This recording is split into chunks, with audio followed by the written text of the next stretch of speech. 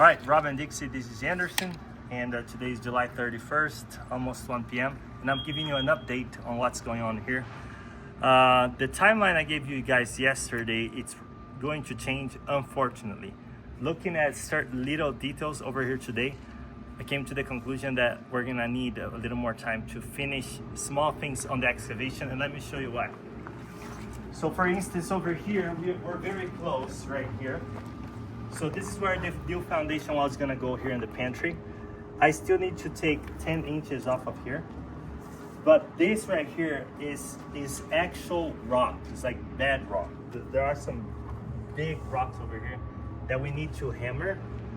And the problem is when we hammer here, we got this safety concern here. We're gonna have to remove all of this stuff here. And this major block right here is part of the old footings that were here bearing those stairs that I thought I wasn't gonna have to remove, but we will need to remove. So it's a series of little things that are leading to bigger things. Because I have to cut here and being safe here, because I'm gonna have to hammer pretty heavy here. But you see where this line is right here? This is where the wall ends.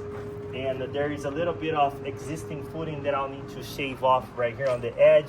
And so the type of equipment that I'll need to remove and break those rocks, which are hammers, they cause a lot of vibration. And that's the reason why the guys stopped here, because when we were causing vibration, a lot of this actually fell on them. And so we're trying to avoid that. And to make it safe, I'm gonna have to prepare, meaning in order for me to remove this right now, I have to remove this big chunk and those rocks. In order for me to remove those rocks, are you able to see over there? If you look all the way around me on this hole right here, we have piles and piles of rocks, and we have nowhere to go. Let's continue the video up there. Pause. All right, so up here, as you can see, we've got a lot of rocks here. We got rocks here, and especially here on this corner, we have some massive rocks.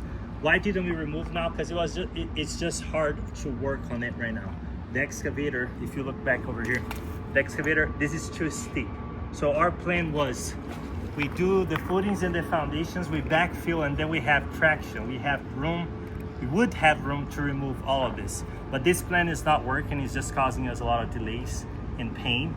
So unfortunately, yes, we'll delay another at least 2 weeks, hopefully less.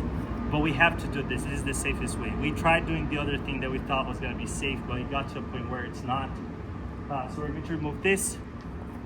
But again, in order to remove this portion, we have to work on this portion right here first. We're going to remove some of this thing right here, clean up this area, so we can clean up this area. So we clean up area number 1, make it ready, make it space, so we can work on the edges over here, make it safe, make it space, so we can then go down there and work on the edges over there.